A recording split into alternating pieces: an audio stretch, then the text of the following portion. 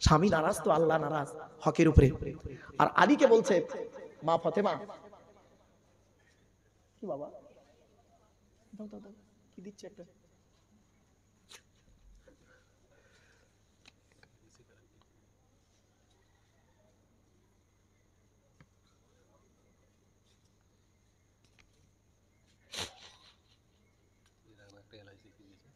মারাত্মক প্রশ্ন।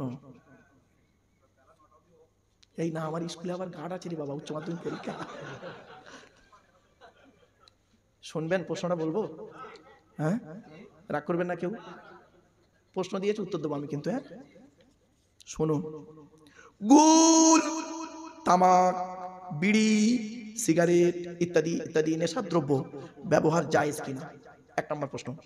যে সমস্ত ইমাম বা এই সমস্ত দ্রব্য ব্যবহার করে তাহাদের পেছনে নামাজ পড়া যাবে কিনা? কিছু বুঝতে পারছেন? বা মুয়াজ্জিন আজান দিতে পারবে কিনা?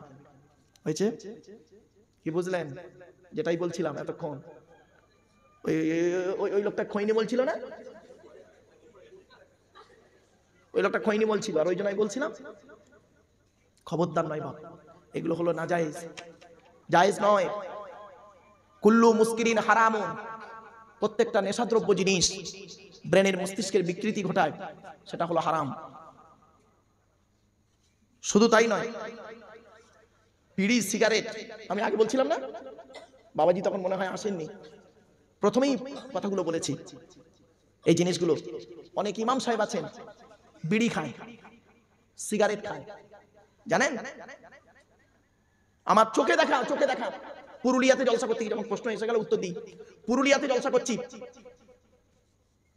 1997 সাল, 97 সালে ওয়াজ করতে গেছি পুরুলিয়াতে। তখন দাড়ি টাড়ি উঠেছে কিন্তু পাকে নে বাপ। তো আমি হলাম প্রধান বক্তা, আমার আগে একটা বক্তা ওয়াজ করলো। আমি 12টায় উঠেছি, ফজরের আজানে নেমেছি, 4 ঘন্টা ওয়াজ করেছি, ফজরের আজানে নামছি। আমার আগে একটা বক্তা উঠেছে 10টা 12টা, ওয়াজ হয়ে গেছে। মোটর সাইকেল করে ওরা করেছে কি, মাগুরিয়া পাহাড় বলে একটা পাহাড় আছে, পাহাড়ের ধারে বাস স্ট্যান্ড, সেই বাস স্ট্যান্ডে রেখে দিয়ে চলে গেছে, সামনে চায়ের দোকান। তো মৌলানা বলছে, ওই বক্তাটা আমার আগে যে বক্তা ছিল বলছে, মৌলানা মৌলানা চা খাবেন? আল্লাহ হ্যাঁ চা খাবো, চলুন চা খাই। তা চা খাচ্ছি, আমি চা নিয়েছি, বিস্কুট নিয়েছি, উনিও চা নিয়েছে, বিস্কুট নিয়েছে, নিয়ে উনি দেখি একটা ফিল্টার ওয়াটার সিগারেট নিল, বিস্কুটটা খেয়ে নিল, খেয়ে নিয়ে সিগারেট খাচ্ছে আর চা খাচ্ছে। আমি একদম চোখে দেখা বাপ, এটা আমার অন্য লোকের কথা শোনা নয়, চোখে দেখা। আমি তো থবে নিয়ে গেলাম, ইস আমার বাপেরা এগুলো থেকে পরহেজ করুন, এত সহজ জিনিস নয় গো বাপ। চলেন, ইমাম সাহেবরা এই সমস্ত ব্যবহার করে, তাদের পিছনে নামাজ পড়া মাকরুহ, ঠিক না? এই সিগারেট খেয়ে তুমি নামাজ পড়াবে? হ্যাঁ, বিড়ি খেয়ে নামাজ পড়াবে? ইমাম আবু হানিফা রাহমাতুল্লাহির মতগুলো দেখবে। মুয়াজ্জিন আজান দিতে পারবে কিনা? আল্লাহর ঘরে যে মানুষকে ডাকে সেই সব নেশাদ্রব্য জিনিস করতেই পারে না। আর আরেকটা কথা বলে যাচ্ছি, এই মুয়াজ্জিন শব্দটা যখন এলো পশ্চিম বাংলায় 100-র মধ্যে 60টা ইমামে মুয়াজ্জিনের আজান সহি নেই, শুদ্ধ নেই, শুদ্ধ নেই। আজান দিচ্ছে মুয়াজ্জিন, আল্লাহু আকবার, আল্লাহু আকবার, একামত দিচ্ছে, একামত মসজিদে নামাজের আগে একামত দিচ্ছে, হাইয়া আলাস সালাহ, হাইয়া আলাস সালাহ, হাইয়া আলাল ফালাহ, হাইয়া আলাল ফালাহ, কাত কামাতি সালাহ, কাত কামাতি সালাহ।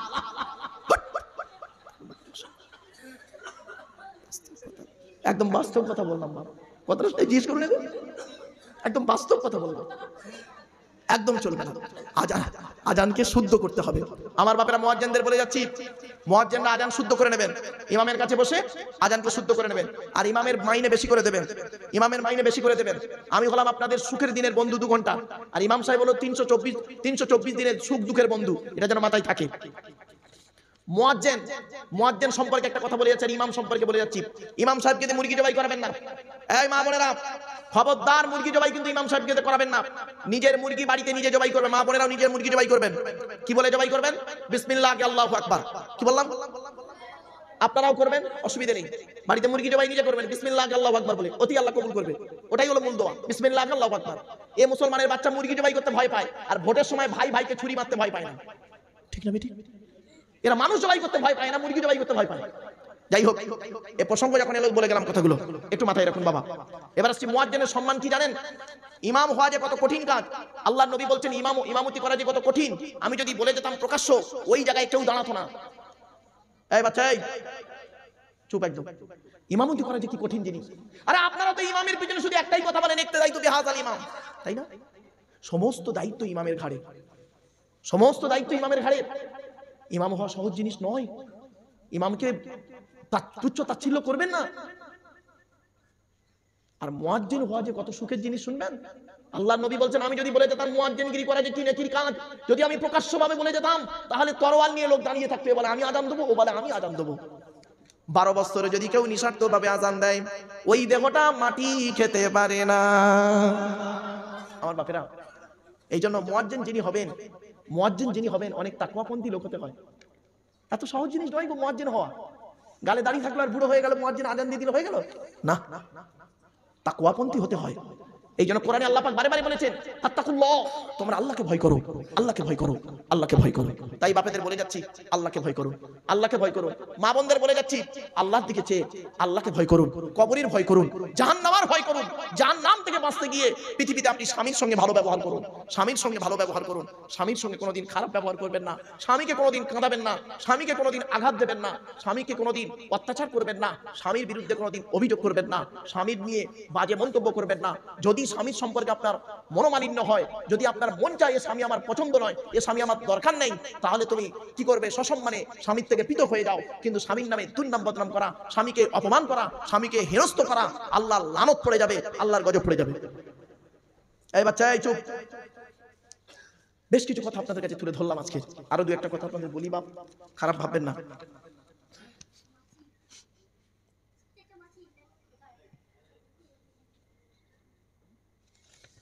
বাপেরা, সরকারি চাকরিজীবী যারা আছেন, যে পেনশনটা নেওয়া হয়, এটা আমার টাকা আমাকেই দেওয়া হয়। আমি তো সরকারি চাকরিজীবী একজন, পিএফে আমার টাকা জমে, পিএফ এর টাকা 15,000 10,000 করে জমিয়ে সেই টাকাটা আমাকে, ধরুন আমি 30 বছর চাকরি করলাম, প্রতি বছরে আমি 2 লাখ টাকা করে জমালাম, আমার মূল টাকা জমিয়ে সেই টাকাটাকে ওরা, সরকার সেটাকে বিভিন্ন খাতে খাটিয়ে সরকার একটা বাজার দরে হিসেবে সে টাকাটা দেয়। এখন এর দুটো মত আছে। দুটো মত কি ভালো করে শুনে নিন। এক শ্রেণীর আলেমরা বলেছেন যে এটা নেওয়া জায়েজ। ক্লিয়ার? কেন জায়েজ? যেহেতু এটা ইসলামিক রাষ্ট্র নয়, প্রকৃত যে সুদ, অরিজিনাল যে সুদ হারাম, কোরআনে আছে সুদ হারাম, একদম প্রকাশ্য সুদ হারাম, সে যে কোনো অ্যাঙ্গেলে হোক, যাই হোক। কিছু কিছু আলেমরা বলেছেন, উলামাদের একটা মত, যেহেতু এটা ইসলামিক রাষ্ট্র নয়, গণতান্ত্রিক রাষ্ট্র, সেই দিক লক্ষ্য রেখে কিছু শ্রেণীর আলেম বলেছেন এটা বিলকুল জায়েজ। কিছু শ্রেণীর আলেম বলেছেন মূল টাকাটা নিয়ে বাকিটা বাদ দেওয়াটাই অতি উত্তম। ক্লিয়ার বাবা? এখান থেকে কিছু আলেম বলেছেন যে ব্যাংকের টাকা, যেটা আমার টাকা আমাকে দেওয়া হয়, সেটা আমি নিতে পারি।